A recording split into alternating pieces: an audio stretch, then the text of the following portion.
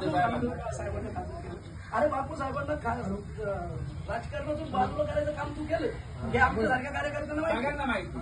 बापू साहेबांचा नको तिथं पाणउतारा करण्याचं काम ह्या माणसाने अगदी कधी कधी तर बोलू दिलं नाही साहेब मोठ्या मोठे हे तुम्ही केलं. आणि काल दुसरी गोष्ट पवार साहेब आणि अजित पवार यांच्यामध्ये जर कोणता फरक असेल तर तो संस्कार आणि अहंकार याचा फरक आहे. काल तुम्ही पाहिलं असेल चाकणची सभा असू दे, शिरूरची सभा असू दे, हजारो लोक पवार साहेबांजवळ येत आहेत, गुच्छ देत आहेत, फोटो काढतायत. पवार साहेब कुणालाही बाजूला सोडून आणि काल आपल्या सभेत आपल्या चांगल्या कार्यकर्त्यांना हो बाजूला म्हणून हे तर केलं. पण आपल्या जवळचा रोज आपल्याला असणारा एक कार्यकर्ता आपल्या जरी तो विरोधी पक्षातला असला तरी आपल्या सगळ्यांच्या जवळचा आहे. या माणसाला तुला पोचवतो म्हणून सांगतो. अरे काय एक निवेदन दिलं म्हणून तू पोचवली का? कोणची भाषा वापरताय तुम्ही? तर माझी एकच विनंती, विरोधात आता आपल्या बाजूला आपल्या गावातल्या लोकांनी कुणीही उद्या खुतच लावू नये आणि 100% मतदान हे तुतारीलाच करावं.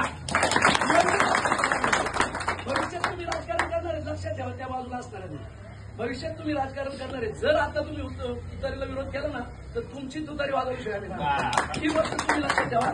म्हणून माझी विनंती आहे सगळ्यांना की केंद्राचं मतदान हे उद्याच्या निवडणुकीमध्ये 8 पेट्या फक्त तुतारी निवडून होऊ द्या. एखाद्या बापू साहेबांनी काय केलं किंवा बापू साहेबांनी